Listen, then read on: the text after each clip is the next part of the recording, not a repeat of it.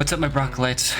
Today we're going to be talking about a huge disparity between two weapons, considering the Jackhammer nerfs and the shotgun buffs as of late, which has sort of closed the gap between a lot of the weapon variants. Specifically talking about, obviously, the pump charge shotgun versus the pump charge jackhammer, and why I think the pump charge jackhammer is the far superior choice compared to the pump charge shotgun. Before this video, I decided to compile a bunch of data surrounding like the information on like explosion sizes and like duration and like, you know, like the time it takes to do full pumps, over pumps, 1, 2, 3, the damage, just like a bunch of calculations. So I'm gonna put all those graphs on screen right now. You can pause and look at those graphs if you'd like. They're going to be very useful evidence for what I'm going to be describing as I go over this. So yeah, my claim, if you'd like to refute it in the comments section after watching this whole video, hopefully, is that the pump charge jackhammer is objectively better than the pump charge shotgun. Now, I did go through and I compiled a list of reasons to use the pump charge shotgun over the pump charge jackhammer and vice versa, right? So I will go over those lists right now. So starting off, reasons to use the pump charge shotgun. Have this bad boy out. Overpumps deal large amounts of damage to groups of grounded heavy enemies, so long as there are more than 2 affected by the explosion. Now, there's a lot of addendums in this, right? So I wasn't just saying, you know, like overpumps deal a lot of damage to a lot of enemies. And I'll explain each addendum very carefully. So first of all, it deals lots of damage to lots of enemies in a group, right? But typically enemies that are grounded, first of all, flying enemies, most flying enemies do not linger next to each other, like virtues, providences, drones, mind flayers, powers, right? These very threatening enemies, they don't group up with each other. So you're usually going to be getting single target, maybe, you know, like 2 targets in one whenever you're hitting an overpump with the overpump shotgun. And specifically heavy enemies, because the explosion of the pump charge shotgun, and this is a fact that I think none of you knew until this point, the pump charge shotgun's overpump, it deals 10 damage, but it's actually 2 different explosions that each deal 5. And each explosion, they're 2 different sizes. One of them is a 12 unit radius and the other one is a 9 unit radius. So I'll show you, for example, just for comparison's sake. That is a 12 unit radius-ish, right? But one of the explosions is actually faster than the other explosion. And because of that, enemies that are hit by the first explosion, if they are medium or lightweight, can be pushed away from the second explosion, which means that you can actually lose half of your damage on light or medium enemies, which is very, very important with specifically radiant enemies because they happen to have a lot of health, like rad schisms, I mean virtue sentries in general, right? You've got a bunch of enemies to explain this fact. So that's why I put a little addendum that says heavy enemies, because specifically enemies like, you know, Cerberus, Guttermen, Gutter Tanks, right? Really heavy enemies that don't get knocked back by explosions and stuff. They tend to take all of the damage from the explosion because they're not getting knocked back by the first one. They're getting hit by both of them. And then finally, there's the other addendum, so long as there are more than 2 affected by the explosion, right? So what that means is obviously like you can deal 10 damage to 1 enemy with an overpump, but usually if you want to get good value, because you're investing a lot of time to getting this overpump, you want to hit as many targets at once with this, right? So first of all, just to recap, they usually can't be aerial because they don't clump up. They usually have to be heavy so they don't get knocked away from the first explosion. And there should usually be 2 or more affected by the explosion to justify it being 10 damage over having that nice single target from the pump charge jackhammer. In those cases, definitely the better option, right? This can scale really high. Let's say there's 5 swords machines. You can get usually up to 50 damage against those 5 swords machines, right? Though with explosion fall off that can vary, but generally we're talking like, you know, 35 to 50 damage easily. Next reason, overpumps cause an explosion directly on top of your position, regardless of where you hit an enemy, which can lead to easier projectile deflections. So really good example would be against Maurice, right? He uses a huge volley of projectiles, and because the explosion is right on top of you, right, regardless of what you're hitting, those projectiles, having been aimed at you, are going to be deflected directly back to where they were sent. As opposed to if you were moving, not all of them would actually go back and hit their sender because of the fact that they're panning their projectiles out in a specific pattern. And it also helps that the explosion actually lasts a little bit longer than most other explosions, so those projectiles get more of an opportunity to actually be deflected. Next, obviously, this weapon can be used at a range with P-boosts, so projectile boosts, that being just parrying your projectile, which gives you the damage of the pellets now, as of the shotgun buffs, as well as that explosive projectile, which deals 3.5 damage. So that can be really nice. The pump charge jackhammer doesn't really have any range capabilities, And then finally, the weapon has no cooldown. So I can spam overpumps to my heart's content, right? And nothing could stop me from just spamming it over and over and over and over again, except for maybe, the style meter saying, oh, don't use this weapon repeatedly. That's actually where all of the benefits end for this weapon. All of them. Those 4 things that I just listed, those are pretty much the only ways in which this weapon is better than the pump charge jackhammer. Now to move on to the list of reasons to use the pump charge jackhammer. Number 1, you can overpump faster than the pump charge shotgun with hit stop pumps in 1.5 seconds instead of 1.65 seconds. So the pump charge shotgun takes 1.65 seconds, that being when you draw the weapon, which takes 0.45, and then each pump 0.4, multiply that by 3 because it's 3 pumps, 1.65 seconds to get to your overpump. Right? Like that. However, with the pump charge shotgun, you can actually hit it in 1.5 seconds because during the hit stop of hitting a hammer hit, you can add a pump. You can even do this with green hits, by the way. There's a specific, very tiny window that you can actually hit an enemy and also add a pump to the weapon. So this isn't just limited to red hits and yellow hits. You can still do it with green hits too. Additionally, the first pump of the pump charge jackhammer adds a 3.5 damage explosion, and you can add it for free with these hit stop pumps, right? 3.5 damage is a lot higher than what we're used to with the pump charge shotgun, which actually gives you 1.5 extra damage on the first pump. It gives you 6 extra pellets, so it gives you a total of 4 damage, and then maybe you P-boost it, and that would give you 7.25 damage, assuming you land all the pellets. But, obviously, with the pump charge shotgun, a huge weakness is that whenever you add a pump,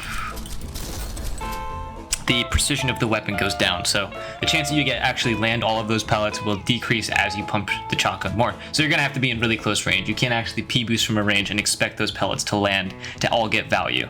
However, pump charge jackhammer, with its first pump, doesn't have that requirement because that damage is applied immediately on top of the enemy where the impact of the hammer is. It can one-shot medium enemies in as little as 0.5 to 0.9 seconds, unlike the pump charge shotgun with knockback manipulation. So the pump charge shotgun, to one-shot enemies like virtues or sentries, you need to do an overpump, so 1.65 seconds, and then you need to add a knuckle blaster specifically for sentries, right? So 1.65 seconds, and then also Knuckle Blaster for sentries.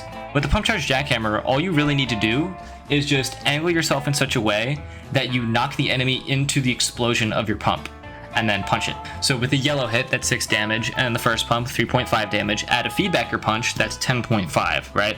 And then on a sentry, all you have to do is the same combo, but you add a Knuckle Blaster.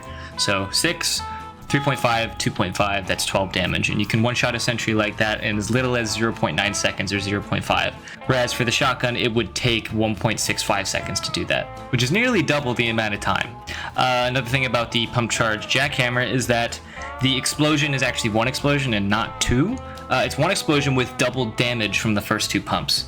So basically, you're not knocking away enemies like medium or light away from the center mass. You're actually getting the full damage from dealing this overpump to an enemy.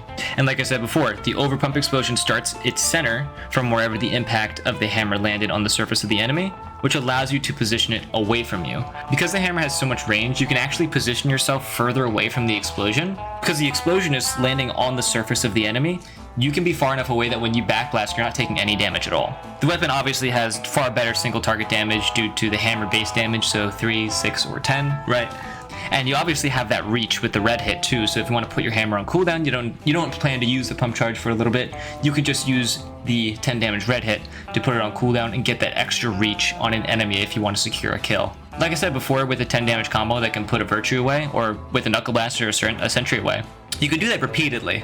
As long as you have enough yellow hits, due to the 3-hit limiter of the hammer nowadays, you can just do this as many times as you want. And maybe end it with a final red hit, right? And so at that point, you've done 3 hits in the time that a pump charge shotgun could have done it in 1.65 seconds. You could do it in 1.9 seconds if you're very precise. You can add damage with fists on every pump of the Pump Charge Jackhammer, unlike the Pump Charge Shotgun, where you are basically required to use your fist to P-boost for extra damage on the first and second pump, and if you don't have any pumps at all. So instead of depending on your fist to meet the damage of the Pump Charge Jackhammer, you can actually use your fists with the Pump Charge Jackhammer to far exceed the damage the Pump Charge Shotgun can do. Small thing, overpump with the Pump Charge Jackhammer is a red explosion, so it can actually hurt soldiers, unlike the Pump Charge Shotgun. And like I said earlier, You can backblast to avoid danger, so like, unlike the pump charge shotgun where if you want to avoid taking that 50 damage, you would have to dash, right? You can just avoid the damage overall with the pump charge jackhammer, and then you can also avoid danger from enemies like Cerbri or gutter tanks that are closer trying to like bump into you. Just with the backblast alone, and you can turn it around in any direction to get free movement, which is by far one of the best aspects of the hammer. And with all of these other facts about the pump charge shotgun being so bad, pump charge jackhammer having backblast on top of that is just icing on the cake. Like I said, doesn't require a dash to avoid the overpump damage, and the overpump damage is 35 on the pump charge jackhammer instead of 50 with the pump charge shotgun. Funnily enough, if you want to take some damage, with correct spacing, you can receive 5 damage with the overpump to make use of iframes with the damage. So there's even a bunch of advanced stuff that you could do aside from just trying to avoid the explosion damage entirely with the dash. And finally, with these two next pieces, the pump charge jackhammer has the ability to pump cache, which instead of hit stop pumping, you allow for the next overpump to come in 1 second instead of 1.5 seconds by using a pump, hitting an enemy, and pumping immediately following a hit. Which is kind of funny because the pump charge jackhammer is able to pump immediately following a hit, but the pump charge shotgun can't. The pump charge shotgun has a 0.9 second cooldown before it can even shoot or pump after being used, requiring you to swap back to the weapon, which means you have a minimum cooldown of 0.45 seconds after a P boost after an overpump to be able to start using this weapon again. With the pump charge jackhammer, if you invest a pump, you can get a pump back in your next hit, immediately following it for a 1 second overpump. Crazy stuff.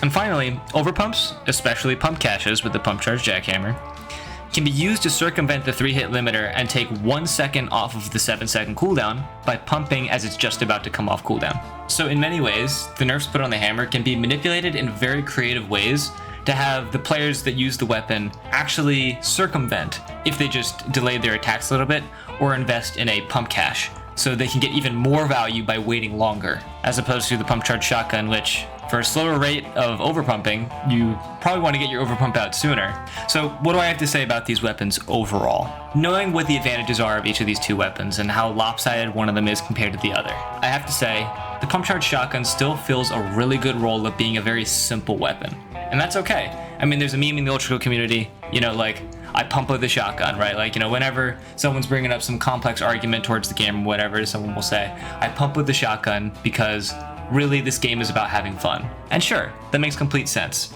However, I think that there comes to a point, and obviously we've proven that when it comes to most of the shotguns in this game, how they've received such tremendous buffs over the past couple patches, that a certain weapon being significantly worse than its alternative in pretty much every way is still a bad thing. But hey, I think that there are many ways to keep the pump charge shotgun as a simple weapon without just giving it a direct number improvement. And the pump charge jackhammer, while still being a simple weapon, is still a jackhammer in essence, and a lot of the jackhammers become more advanced in how they're used in like a lot of macro gameplay, positioning, you know, damage, investing cooldowns, playing around the cooldown of the hammer with stuff like pump caches and hit stop pumps, knowing when to commit a hit stop pump. Oh, maybe you'll take self damage because you're too close. Maybe you shouldn't hit stop pump, right? There's a lot of stuff that goes into thinking about what you're supposed to do with this weapon. Though I still do have some suggestions for how to fix this weapon.